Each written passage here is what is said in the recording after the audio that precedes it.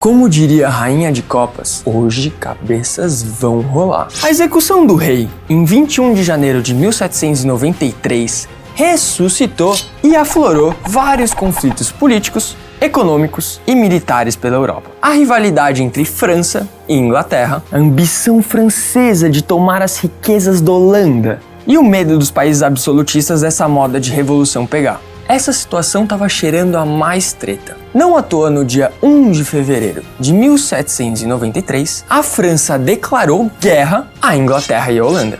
E, como se não bastasse, em 7 de março declarou guerra também contra a Espanha. E olha que depois de pouco tempo, a Europa inteira, com exceção da Suíça, Dinamarca e Suécia, se encontrava unificada numa coligação organizada pela Inglaterra para acabar com a raça dos franceses. E vale ressaltar que depois dessa primeira coligação, ainda tiveram outras 6. Mas a gente ainda chega lá, porque nesse momento a França estava numa situação muito delicada.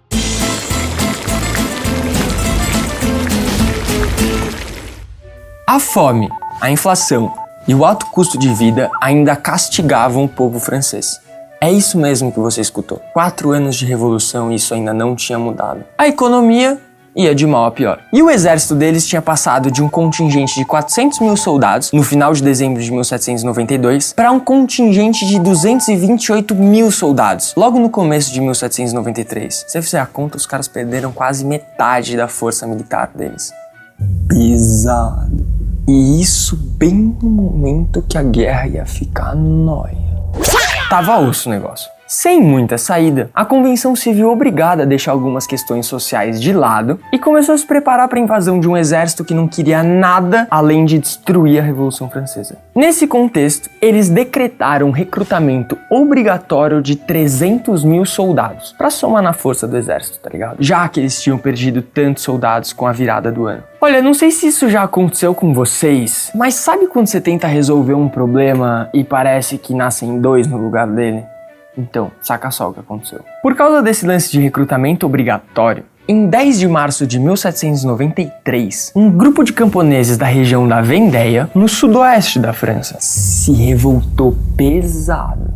Incentivados pelo clero e pela nobreza, eles tomaram o controle da região e derrotaram várias tropas republicanas que foram mandadas para conter esse lance. Paralelamente a isso, a França fracassou na sua campanha contra a Holanda. Perdeu, falhou! Again! Holanda wins. E o general Dumouriez, que tinha planejado esse ataque contra a Holanda, traiu a revolução e passou pro lado do inimigo. Bom, com toda essa nhaca acontecendo, ficou claro para os revolucionários que eles precisavam de medidas excepcionais para enfrentar esse momento excepcional. Nas palavras de Jean-Paul Marat, a escrita da revolução, é pela violência que deve se estabelecer um regime igualitário. O momento requer a organização do despotismo da liberdade.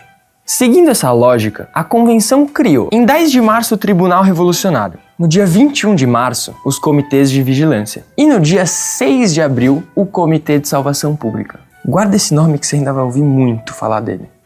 No dia 11 de abril, eles também instituíram o tabelamento dos preços dos cereais, que ajudou muito o povo naquela época. No dia 26 de maio de 1793, os jacobinos desceram pro play e se declararam em estado insurrecional. Logo depois disso, em 2 de julho, com a ajuda da Guarda Nacional e os seus 80 mil membros, eles cercaram a convenção e destituíram os girondinos do poder. E assim começou a Convenção Montanhesa. De imediato, os jacobinos aumentaram a participação política e militar dos cidadãos passivos, que na prática eram aquelas pessoas que, de acordo com a Constituição de 1791, não tinham grana para poder participar. E isso foi bom tanto para o povo quanto para os jacobinos, que tiveram seu poder reconhecido e legitimado pela maior parte da população francesa, demograficamente falando. Só que apesar dos montanheses terem chegado ao poder com o apoio do povo, eles não estavam em condição de virar completamente as costas para a burguesia. Para acalmar alguns corações, eles votaram bem rapidamente uma nova Constituição em 24 de junho de 1793. Apesar dela reafirmar muitas das liberdades que a Constituição de 1791 também afirmava, ela era muito mais democrática. Foi estabelecido o direito ao trabalho e à instrução, o direito à propriedade e até reconheceu o direito à insurreição. Isso é muito louco. O artigo 35, o 35º artigo dela dizia assim: quando o governo viola os direitos do povo, a insurreição é, para o povo e para cada porção do povo, o mais sagrado e indispensável dos deveres. Eles não só reconheceram isso como princípio da soberania popular, mas também apontaram isso como um dever do povo. Entendeu isso, Brasil? Não é só um direito, é uma obrigação do povo. Ficar sentado, chorando, não sei o que, reclamando, fazendo manifestação, tudo bem. Agora, agir na questão, fazer uma coisa que realmente vai mudar a parada. Isso é uma obrigação do povo. O único problema disso tudo é que essa Constituição bem louca não chegou nem a entrar em vigor. No meio, entre escreverem e aprovarem o rolê, aconteceu um monte de treta. Tipo o assassinato do Jean Paul Marat em 13 de julho de 1793. Só que essas tretas fizeram com que os jacobinos achassem melhor continuar revolucionários até a paz. Aí o bagulho ficou sério. Em 23 de agosto de 1793, eles decretaram que ia rolar um outro recrutamento em massa para eles conseguirem enfrentar o avanço das coligações anti-revolução francesa. Em 17 de setembro, eles votaram a Lei dos Suspeitos. Votaram também a Lei do Tabelamento Geral dos Preços, consolidando aquele lance que eu tinha te falado dos cereais que aconteceu em abril. A Convenção Nacional continuou sendo o centro das decisões políticas, só que o poder mesmo passou foi para os comitês. E eram eles: o Comitê de Salvação Pública, o Comitê de Segurança Geral, os comitês revolucionários, antigos comitês de vigilância, os representantes em missão e o Tribunal Revolucionário. Foi nesse momento que realmente se estabeleceu o regime do terror. E a palavra terror é utilizada aqui por um motivo bem simples. A postura que os jacobinos adotaram fez com que tanto a nobreza como a própria burguesia tivessem medo de se voltar contra a Revolução Francesa e, portanto, tivessem medo de fazer alguma coisa para sabotar ela. Que nem aquele general lá fez. De toda forma, obediência pelo medo. Já viu isso em algum lugar? Será? Alguém? Dole 1, Dole 2, Dole 3, fechou. E essa política do terror cumpriu muito bem a sua função. Só que isso já é assunto para um próximo vídeo. Dá um like no nosso vídeo, comenta e se inscreve no canal que semana que vem tem mais. Burupers. Musculoso. É pra ser meio nóia esse quadro aqui. Lógico, eu escrevi um roteiro só pra poder mostrar meus braços. Óbvio. Você acha que eu faço o quê?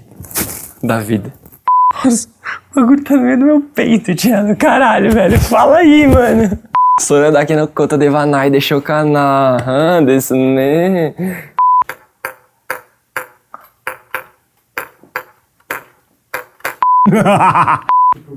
Alô? Então, fala pra minha mãe que eu tô gravando nesse exato momento, se ela puder falar comigo depois. Pegar o vestido dela. Aí o bagulho ficou sério. O bagulho tá sério.